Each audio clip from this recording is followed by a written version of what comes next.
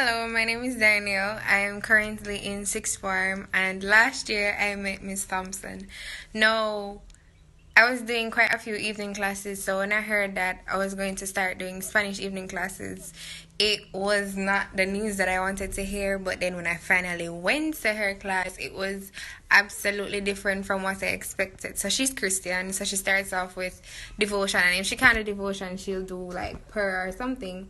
So that set the mood for class, and then not to mention like the way she made learning fun. She would give us songs, she would ensure that we remember, because the next class we know that we have to at least remember, because she's going to ask us something. So that always like encouraged us to continue reading ahead and stuff like that. And I wouldn't change going to Spanish class for the world.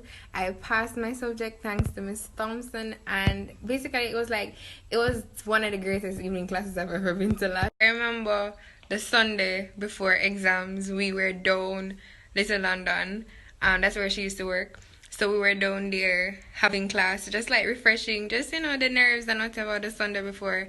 And it was kind of bittersweet because I knew I was gonna miss her and my classmates.